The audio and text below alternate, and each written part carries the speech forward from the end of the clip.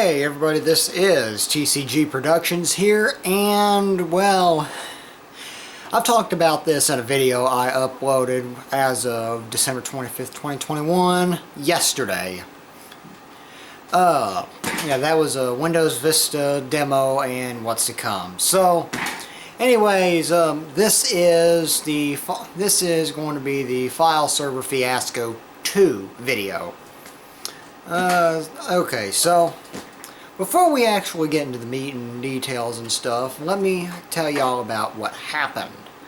So, back whenever the original Fileserver Fiasco video happened, that happened because I ran out of room on a file server, and I went from a Western Digital Blue 640 gigabyte hard drive that I still happen to have right here, and this is actually going to be relevant to the video. As you can see, I have cleverly indicated that it was okay and that it was wiped April 4th, 2020. However, the wipe is now totally irrelevant because there's actually data being stored on it. But anyways, I digress. I went from a 640 gig WD Blue hard drive to a 4 terabyte WD Black hard drive. Now, that big of a jump in hard drive size and tried to do any updates. The bootloader did not want to stick around anymore, and I decided that it was probably in my best interest to go ahead and completely reinstall Linux on that system. And here we are again.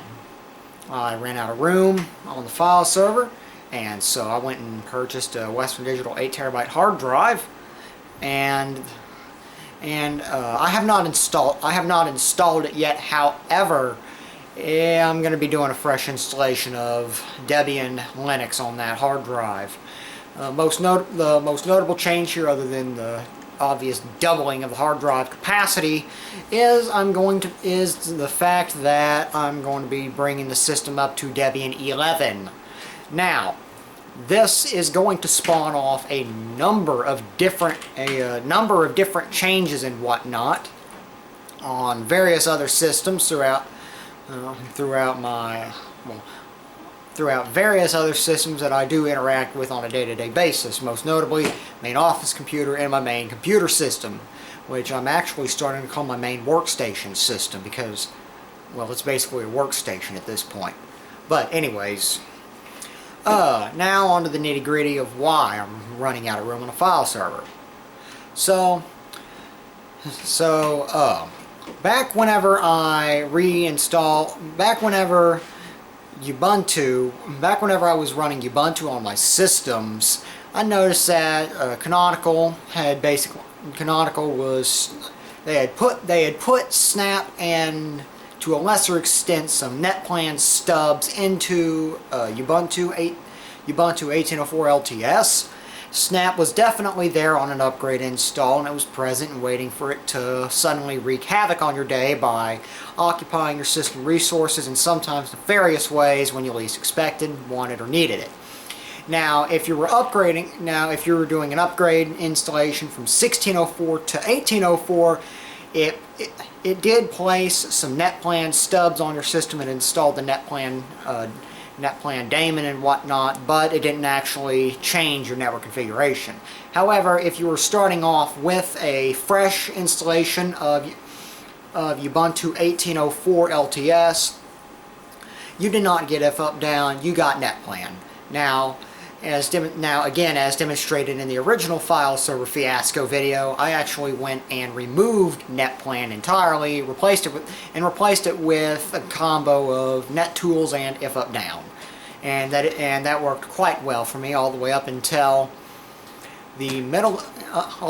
last year, 2020, whenever I went and decided to reinstall Linux on just about all of my computers, and as such, I went with Debian of some variant. Started out with Debian 10 across the board, moved most of my general use systems to Debian 11. Debian testing, which was basically a preview of Debian 11. Now that Debian 11's actually been released, they're sitting on the operating system identifier string is printed out by HexChat whenever you run the sysinfo plugin command, reports Debian Bookworm SIT or SID. Now Debian Bookworm is the code name for Debian 12, due for release I don't know when.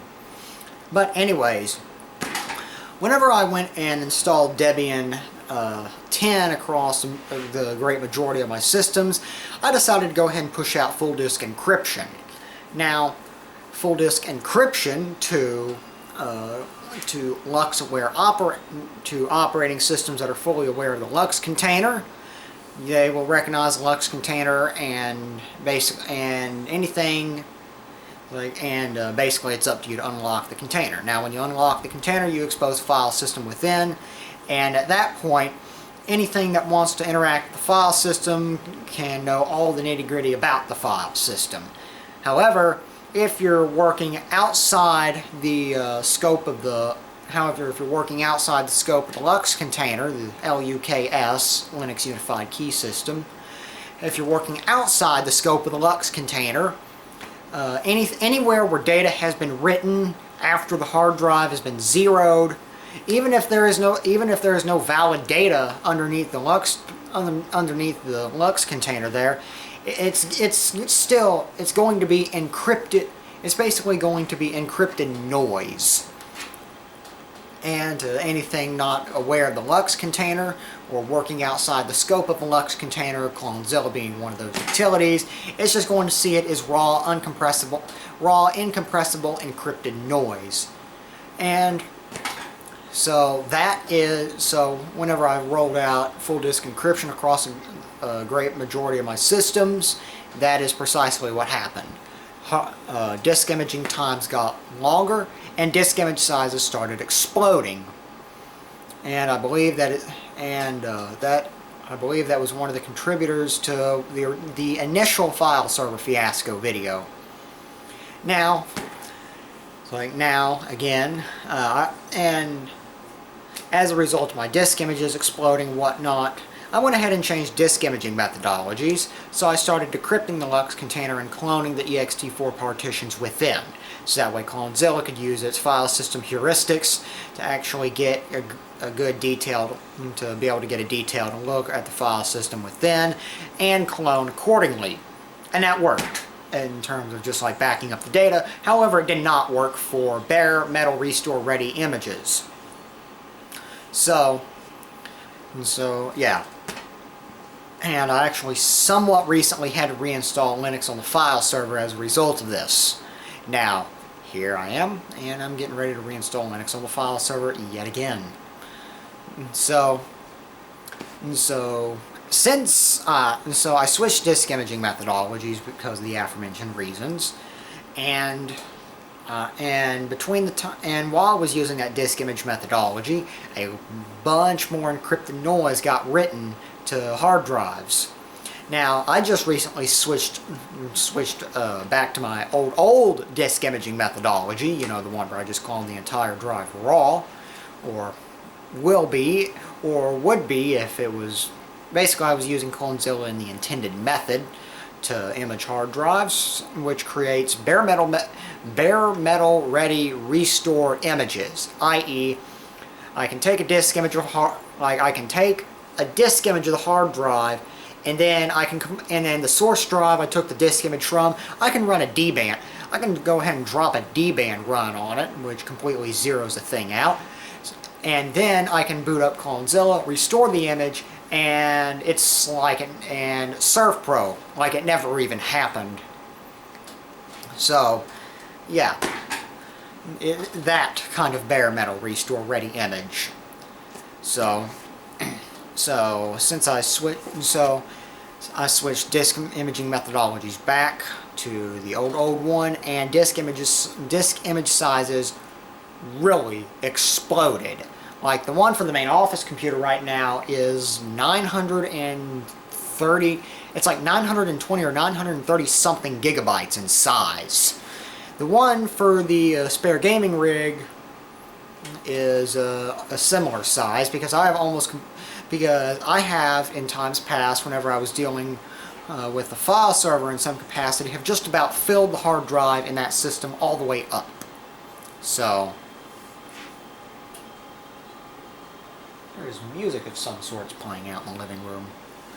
So anyways, so so I'm going to go ahead and switch our KVM, switch over to the file server, and we'll have one last look at some of the system parameters before I begin copying configuration files off and upgrading the hard drive. So we will be back shortly. Okay, so we're back, and as you can see, the KVM switch is actually on my main office computer.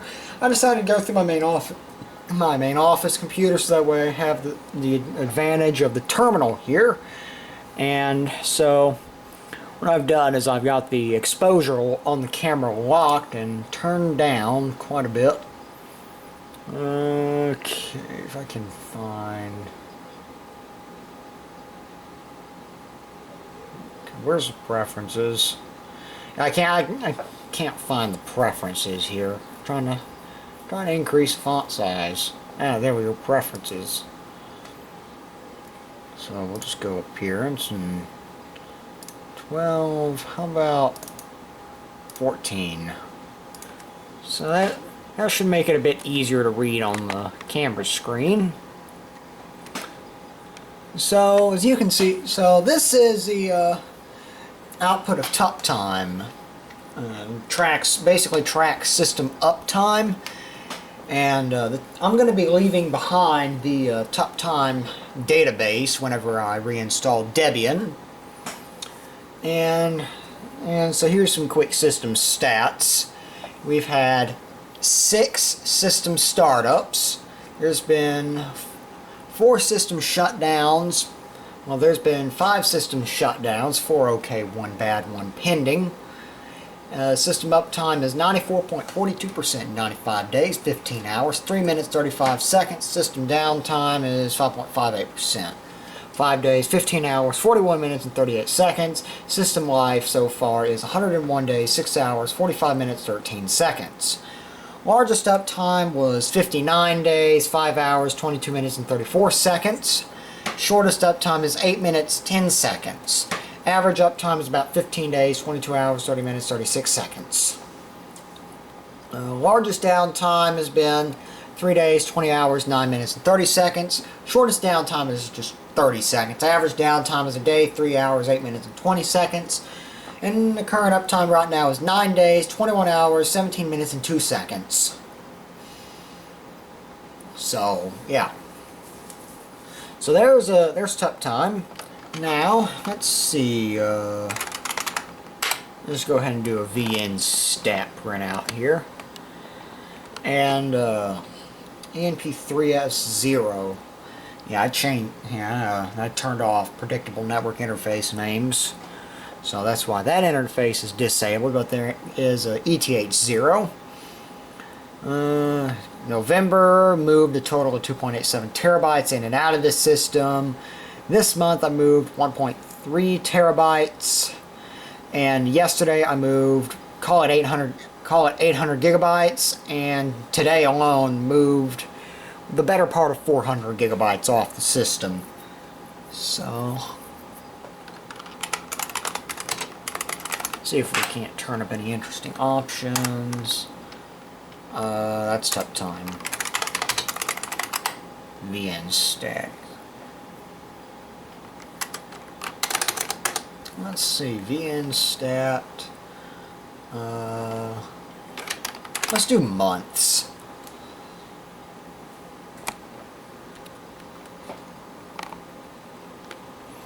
So there's a month-by-month history of the data transfer in this system's lifetime. Well, this operating system installation's lifetime. 5.5 terabytes total in May, 4 terabytes in June, 5.43 gigabytes in July, a little over a terabyte in August. September was basically nothing. October looks like 1 or 2 disk images, and November last month almost 3 terabytes, and this month alone is 1.3 terabytes, and that's just copying disk images off the system. So Now, I've already went ahead and copied all of the disk images I care about off of the system. I'm going to be leaving one or two behind because they're extraordinarily out of date, or they're so stupidly large. So either, you know, so super stupidly large, or they're about to majorly change anyways. So, and then if we do VNstat top 10. These are the top 10 days, and the 7th top day was last night actually.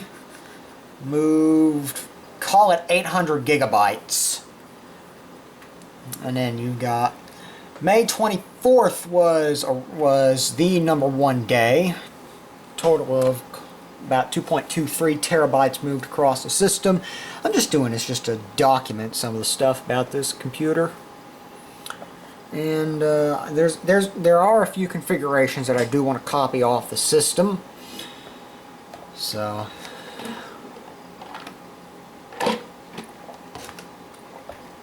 can't beat a little natural agua. Well, that's Spanish for water.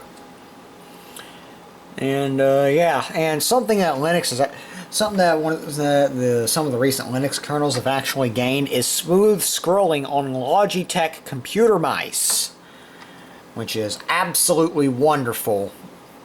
Well, at least the terminal and console applications have gained this feature. Web pages have had this for years. But terminal applications getting this is actually quite nice. So yeah. Anyways, there are multiple configurations which I do want to copy off the system, and I'm actually going to go ahead and bring these into detail. So I'm actually going to go ahead and issue a terminal reset. Now, pro tip, if you're interacting with a Linux terminal and you run something and it completely jacks up your terminal, you don't have to log out and log back in. Just run reset at the console. Just type reset. Run reset at the console, and your screen will go blank for a few seconds, and when it comes back, it should be looking proper once again. So, yeah. So anyways, I'm going to go ahead and look at our APC UPSD configuration.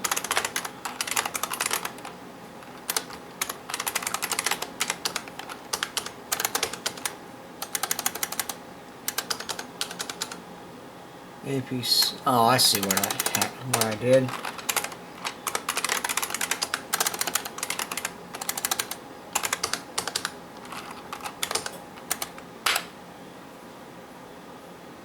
Here, you know what, I should probably run that in something like Nano or whatnot.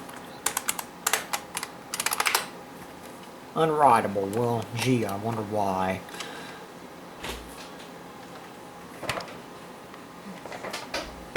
What you doing? Okay. File is unwritable, gee, I wonder why it's not editing it as root or anything. Yeah, the Logitech smooth scrolling thing is kind of halfway there, but oh well. UPS name, UPS cable, Ethernet. But this is my custom.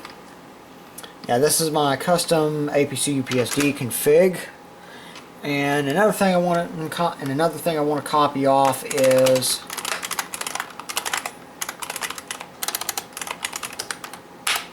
my etc network interfaces file. Of course, this system has a static IP address. So that's another thing I want to go ahead and copy off. Now what I'm going to do is I'm just going to go ahead and open up FileZilla here. May have to blur the screen. And go ahead and quick connect up to a server. Go ahead and quick connect up to a server here.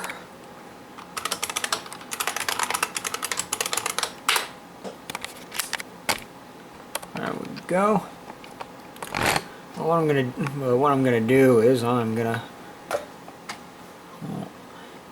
gonna go ahead and back out and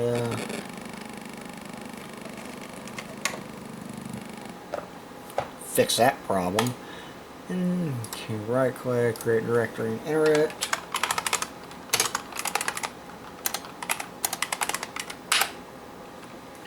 Now I could also copy the vnstat database off. However, I'm also going to leave it behind.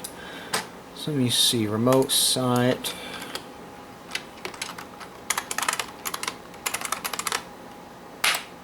Go ahead and just drop into the APC UPSD folder, and I'm just going to go ahead and copy that entire folder, and then go into etc network, and I'm just going to go ahead and copy the interfaces file, add to queue, and done. So now on the main office computer we have my interfaces, we have my APC UPSD config, and my interfaces file, and I'll be using FileZilla to transfer things back onto the file server. All things been successfully transferred. Whoopee-doo.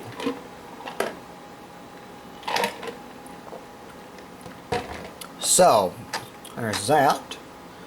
And I don't really think there's anything else custom that I need to keep. I really don't have anything in much way of dot files. Oh wait, there is something I do need to keep. etc Samba, and I do need to go ahead and copy off my smb.conf file because I don't know what that is. I'm going to go ahead and copy it off as well just to be on the safe side. GDB commands, I don't know, I'm going to go ahead and copy that. I don't know, I'm going to go ahead and copy that out too. Go ahead and create directory.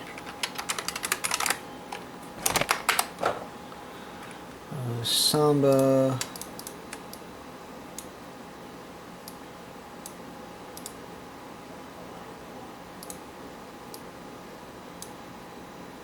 Yeah. Anyways.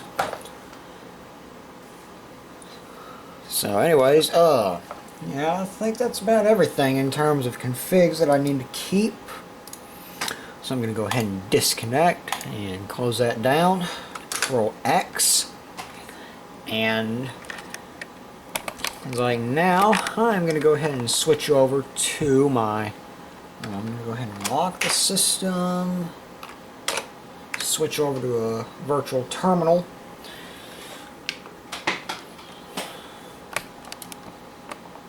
Okay, there we go, it comes up. I'll go ahead and log in here.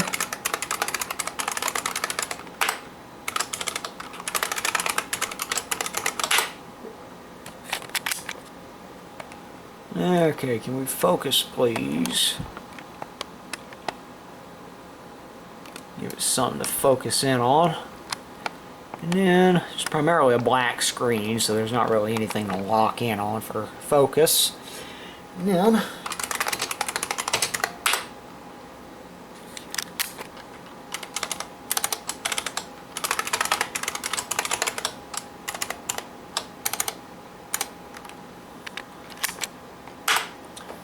we are going to shut this system down.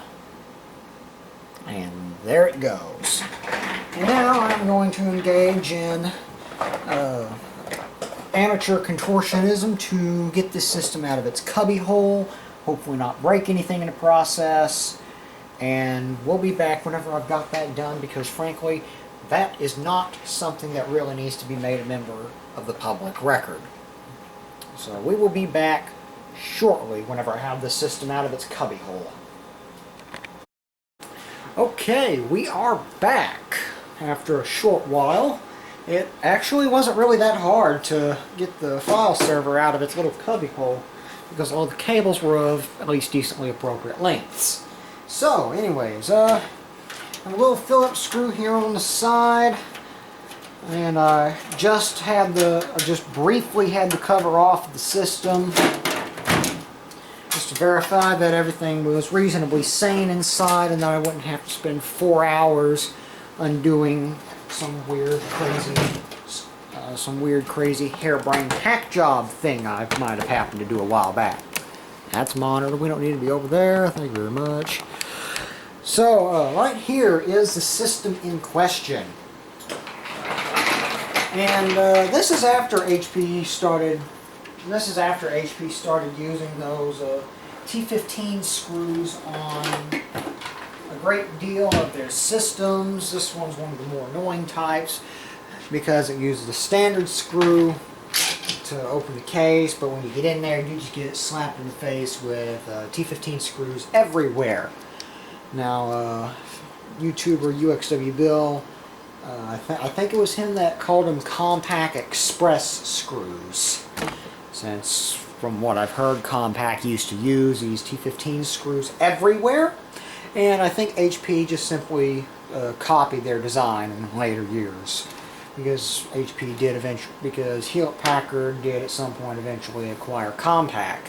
In fact, by this point, the case designs were very, very close to one another. They both use. I've got a Compact SR5404F system off in the corner of the tech room, which I'll actually be mothballing quite soon. And I can just about put the case cover for that Compact SR5404F on what used to be the old tech room main office computer. I tried and it almost fit. So yeah, I'm going to go ahead and undo the 2 screws holding in our hard drive cage. And right now, as I mentioned before, there's a 4 terabyte Western Digital black hard drive in the system. And whenever I get this hard drive out of here, got the 2 screws out. Got to push down on a release tab, which is very annoyingly positioned between the motherboard and the hard drive cage. And then basically got to wiggle it out and try not to smash your hand on anything as it comes free. And go ahead and undo the SATA data and power connectors.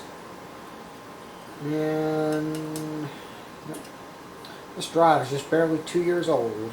October 15th, 2019. Let me go ahead and cover up the serial number. Actually, I'm not going to show it in detail just yet. Still need to pull the drive free of its cage.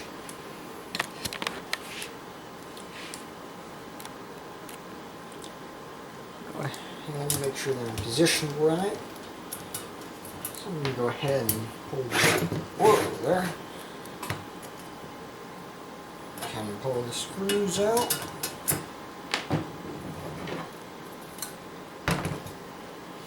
Turn it over sideways so as to not expose the hard drive serial number.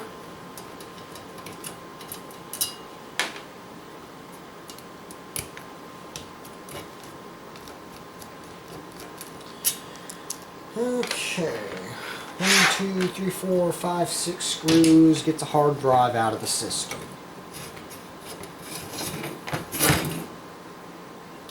And let's see. I'm going to go ahead and cover up the serial number here.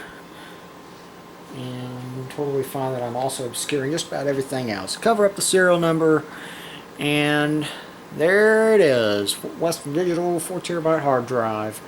WD 4005 FZBX. So 256 megabytes of cache. UL listed apparently. That's interesting. So, now these drives are, just looking at Yeah, just looking at this drive, it has a lot more in common with the newer Western Digital Black hard drives than the older style ones, because I do have I have two examples of the newer style drives, this one being one of them. And I also have one out of service example of the older style drive. Because we look at the back here, the spindle motor wiring comes out at a bit of an angle. There's a little bit of probably potting compound of some sorts to insulate and obscure the 4 pins leading to the hard drive spindle motor. Go ahead and set that well off to the side. And then here's a failed Western Digital Black 2 terabyte drive. And of course the label is totally different here. And of course you have the same material right there and whatnot. The PCB's changed a bit. And it comes out of the side here at a bit of an angle.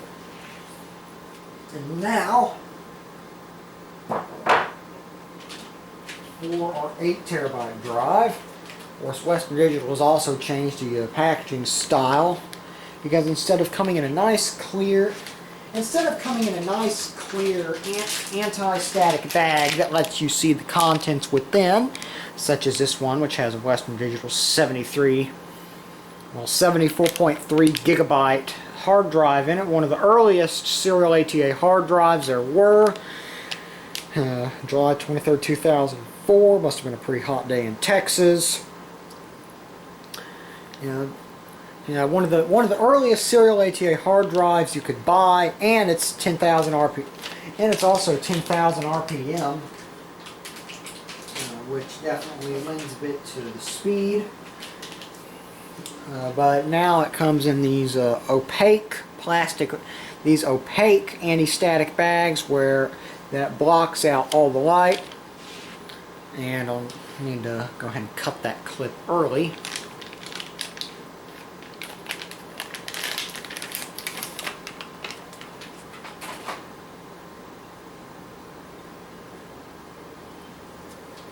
As you can see, the PCB is more or less the same. It comes out straight, and instead of putting potting compound over this whole area here, now they just put a little dab of epoxy on each pin, so that way it doesn't snag on anything or do anything funny, creative, interesting, or generally otherwise uncalled for.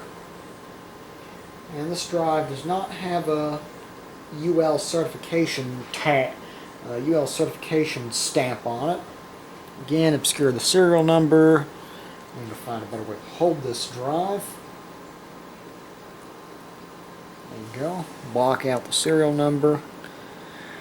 June 20th, 2021. So yeah. And of course, the top of the label's changed. It went from just being standard Western Digital to their stylized WD Black logo, which they seem to be really pushing these WD Black drives towards the gaming and PC enthusiast communities, which it's definitely different. Of course, I can remember a day when you look at them on Western Digital's website, or when you look at these on Western Digital's website, or find them on like a Newegg listing, on like a Newegg product catalog or something, and it was billed basically as a performance, basically as a high performance hard drive. And I just put the wrong screw in here. That is actually to secure the hard drive cage.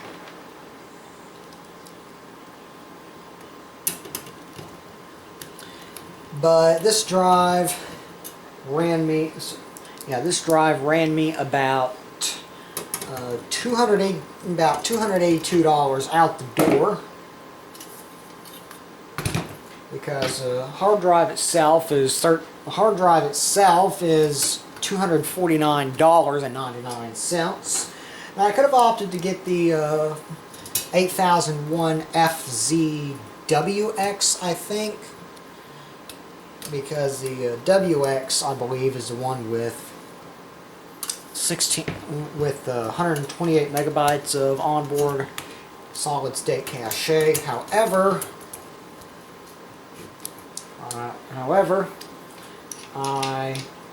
why did I back up? I don't know. Yeah, however, I didn't want to compromise system performance during long reads and writes and other things like that, so go ahead and set that well off to the side where the serial number is once again totally obscured. Not that you're going to be able to see much of it anyways now. Go ahead and I'm going to go ahead and plug the SATA power. Send SATA data connections back in. And slide it into place. Now I have already powered this drive up once and checked the smart stats on it. Actually grabbed a screenshot of them just to verify that this is indeed a brand new hard drive, which it is. Smart stats were zeroed before it left the Western Digital factory. So go ahead and get that out of the way. I'll be keeping that out because I'll be needing it later for a different system, which will be covered in a different video coming hopefully very soon down the tube. So there we go. New hard drive installed. So this system just got $249 more expensive. Actually $300 something more expensive if you count the labor and time I'm putting into this thing. Of course, that's assuming partial hours billing, the 1 hour minimum, so $349. Anyways, that's the new hard drive installed, and so what I'll be doing next is I'm going to go ahead and slot this system back into its little cubby hole. And then I'll be preparing a Debian 11. I'll be preparing a Debian 11 bootable USB stick, and then we'll be firing this thing up. And putting Debian 11 on here. So we'll be back in a little bit. Okay, everybody, we're back. Got a. That's the wrong flash drive. I actually need to switch the positions of these two.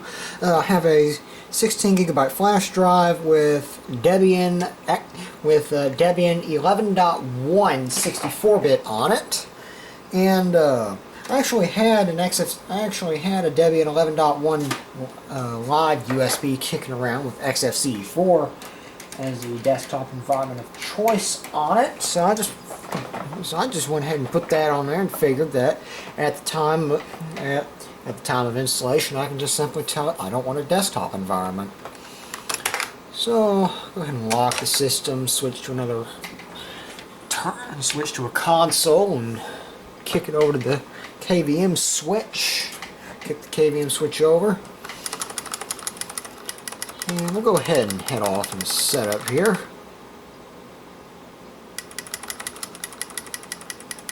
And let's see if I hear the hard drive initializing. Yep, there it goes. 8001 FZX. Well, I'm not going to be entering a setup menu today.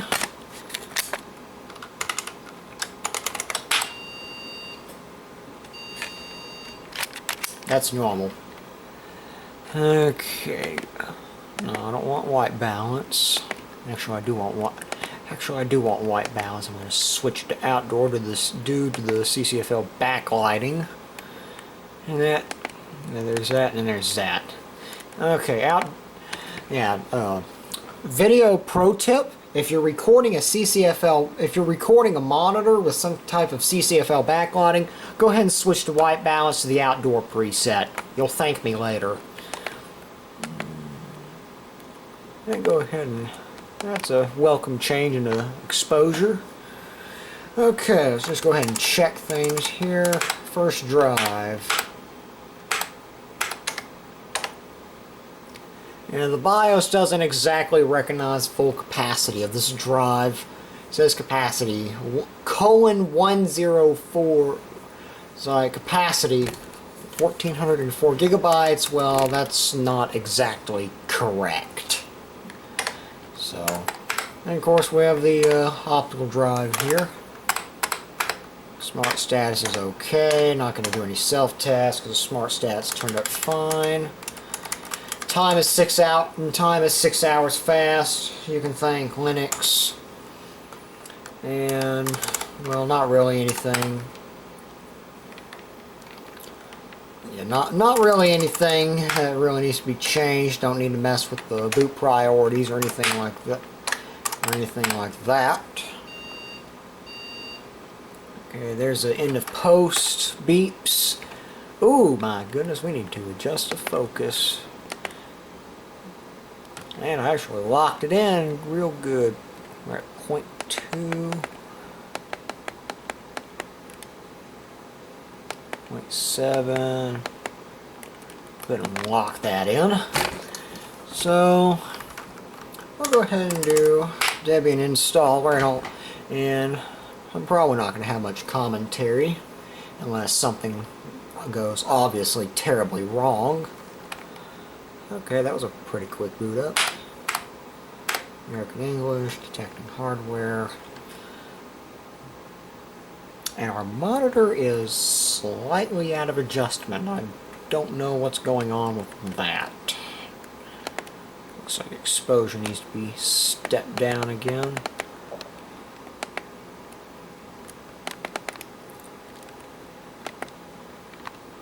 Okay, DHCPv6, cancel that because I don't have a IPv6 DHCP server running on this particular network. Should go ahead and fly past it just fine.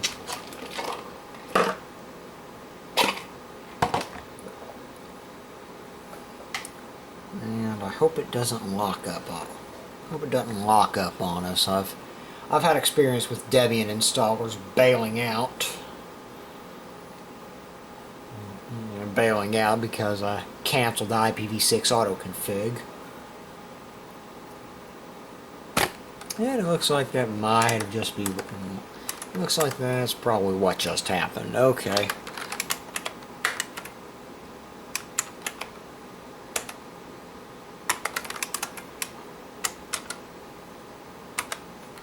I'm going to go ahead and force the system reboot. Did the RISUB trick if you're wondering what I did.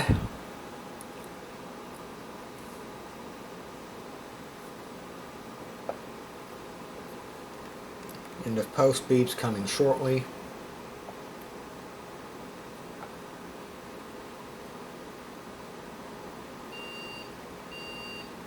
There we go. That click in the background was a freezer switching off. Go ahead and do a Debian installer.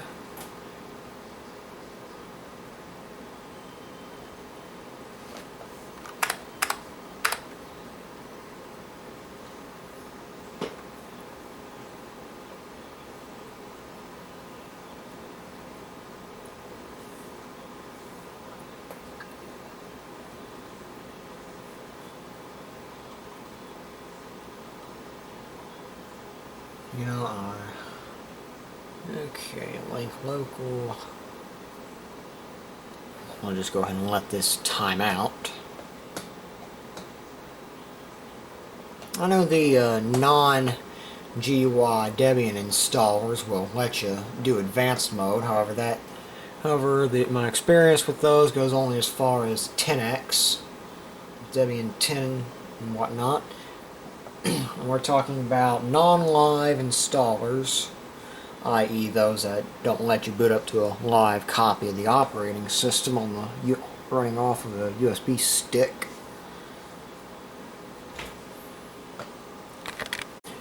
Okay, we're back after a bit of a while. I ended up downloading the latest I ended up downloading the latest release of Debian 11, so Debian 11.2. And for myself a nice Dr. Pepper. And this one doesn't have any graphical user interfaces associated with it and whatnot. And yeah, if it has a GUI associated with it, you're not going to get any of the advanced options. But if you download a copy without a GUI associated with it, you're going to get a pretty fancy number of advanced options. Now, while the system's running through its post and hardware is initializing, let me share a few thoughts and things I've noticed. This 8 terabyte hard drive, it does not have the spin up noise that the 4 terabyte drive does. The 4 terabyte drive, you can very audibly hear a 3-phase motor spinning up. Now it is a high frequency 3-phase motor. There we go. We'll go ahead and advanced and expert install. But as I was saying, it's a high frequency 3-phase motor, but it is a 3-phase motor, and you can hear it in the spin up noise that the spindle motor generates as it's coming up to speed when it's running on the start winding. And frankly, I would not be surprised at all if it used a wiring topology not dissimilar of big 3-phase motors, like say star delta topology or something of the like.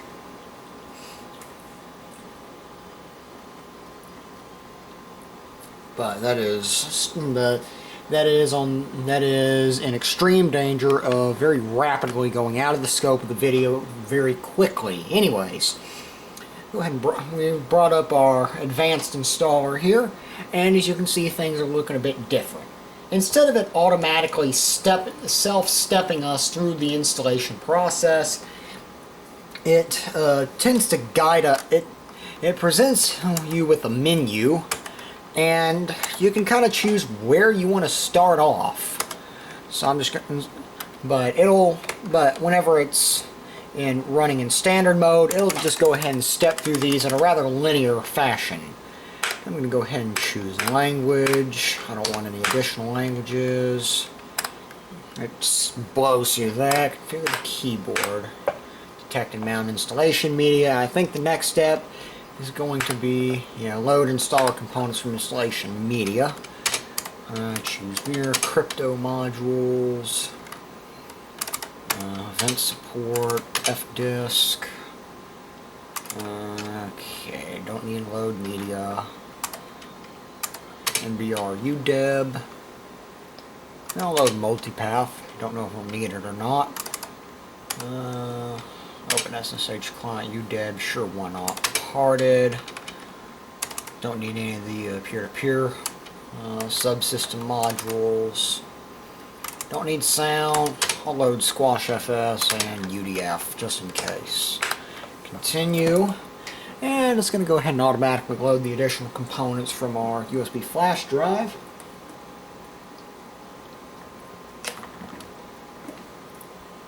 Now I've actually stepped partway through. I got about as far as configuring the network before deciding that this is probably going to be good to proceed with. Good enough to put it in front of a camera at least. Detect network hardware. And you see it actually has a network interface completely down right now according to the port status on the network switch. I do not want to auto configure.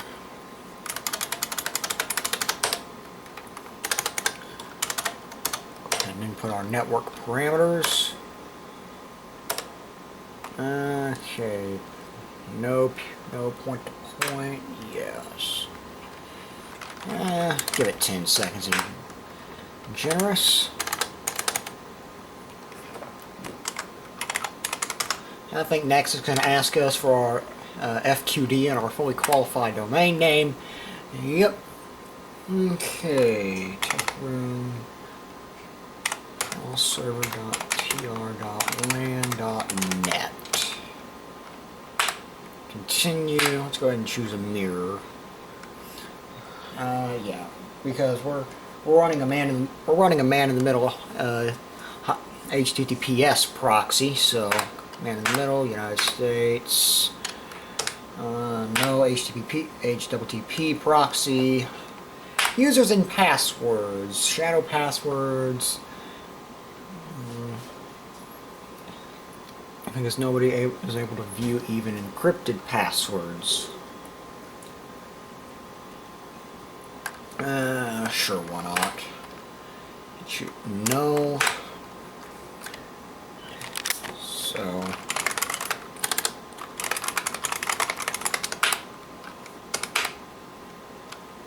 Wait, go back.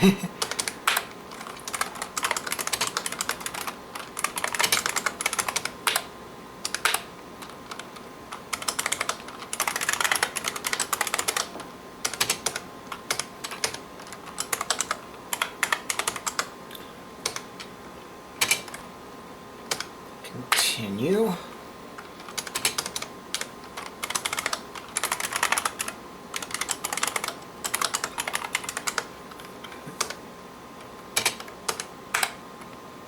Okay, go ahead and figure the clock. Yes. Okay, we're in Central Time. Detect disks. Partition disks. And this is where things get a little bit finicky for Lux LVM.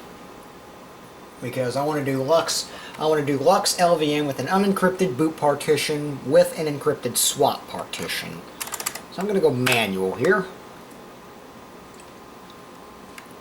So 8 terabyte. Go ahead and make that GPT. Do the size of the disk, 8 terabyte, free space. Go ahead and make that 10 gigabytes, beginning. Use as ext4 journaling file system. Mount that as boot, 5%. Okay. Now I'm setting up the partition. 8 terabytes free space. We will create an encryption volume. Continue. Use as physical volume for encryption. No, because this is a totally blank disk. It's like quote from LGR. It's like, let's try something new. A blank disk. But yeah, no, don't erase data. Bootable flag off. I'm not, and even though the 4 terabyte drive right now has a file server installation on it, I'm not going to toggle the erase data option. At most, I'm just going to zero fill. At most, I'm just going to do a one-pass zero fill with DBAN and call it good. Since, I mean, not only is it staying within the same internal security level, it's basically, it's subject to hold, it is subject to holding the same type of data. So I might even just wipe out the first 128 megabytes of the disk, and that'll be more, yeah, that'll be more than sufficient to just turn the entire disk into random noise. But no, actually, I'm going to go ahead and zero fill it so that way I can basically reset that thing to all zeros, and disk images won't be 8,999 terabytes. Anyways, erase data, no. Done setting that up. Go ahead and configure encrypted volumes, write changes to disk, create encrypted volumes using DevSDB2, which is a 8 terabyte crypto partition. Continue. And finish.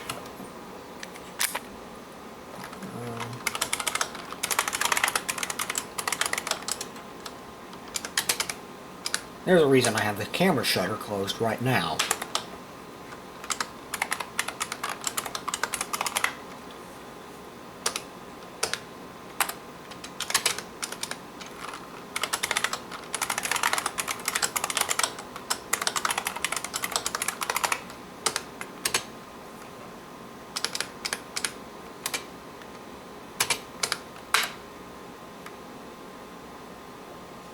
And it looks like we're setting up our encrypted volumes now. There we go, starting up the partitioner. Okay, encrypted volumes. So we're going to go ahead and use that as a physical volume for logical volume management. Done setting up this partition. And now we need to go ahead and configure the logical volume manager.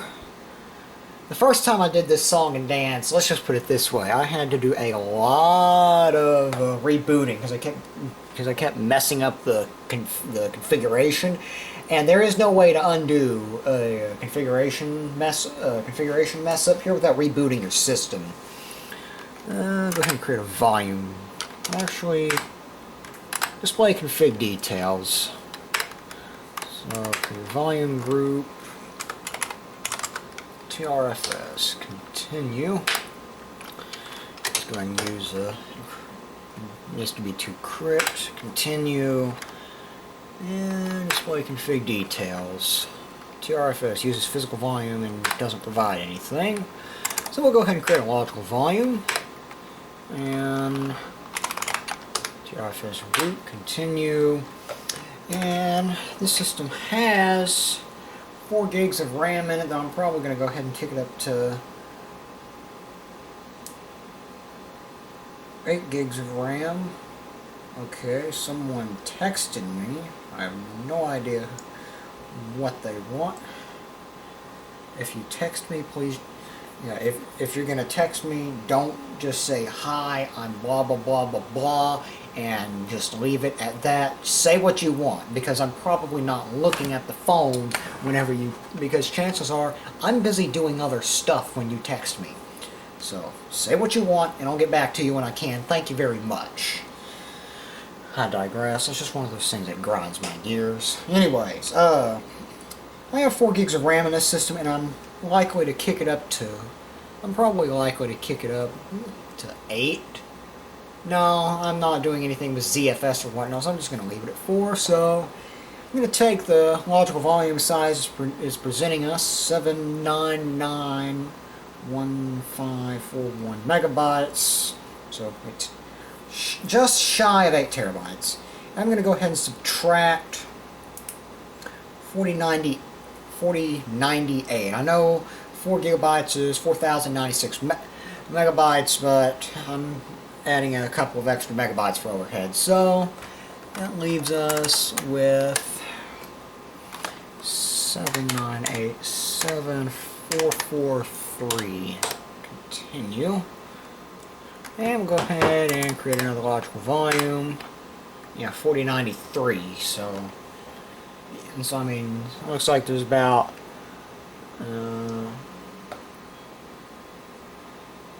looks like there's about 5 megabytes of overhead. Swap.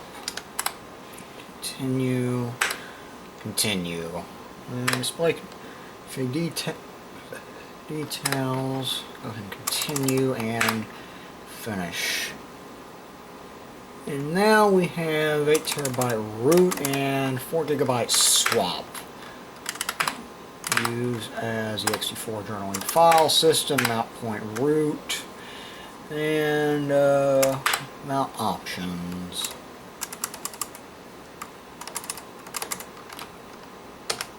Nothing that I need.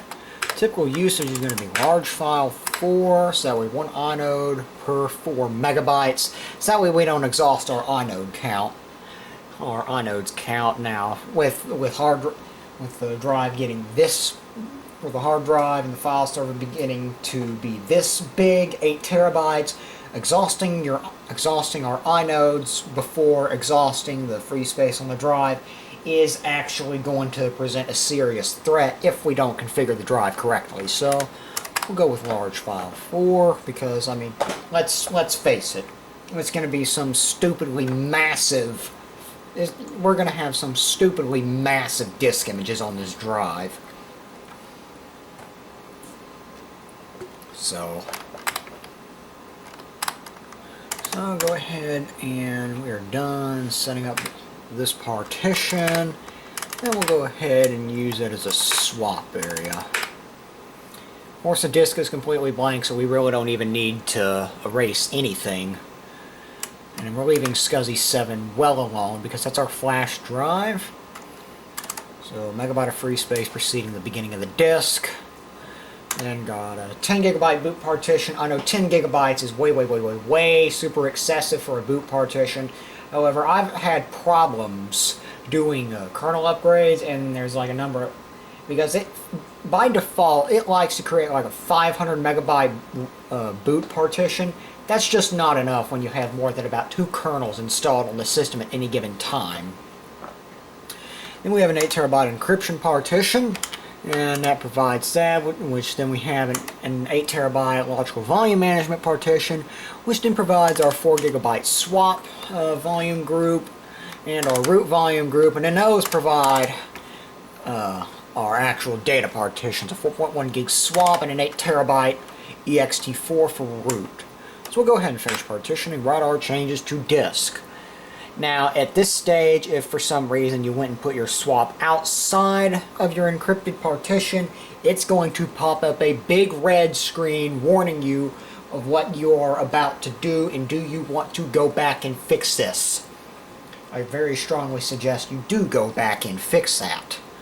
But anyways, partition vault, partition tables, and partitions are going to be formatted. Yes, write changes to disks. So, of course I said there wasn't going to be a whole lot of commentary during the installation, and things happened, so.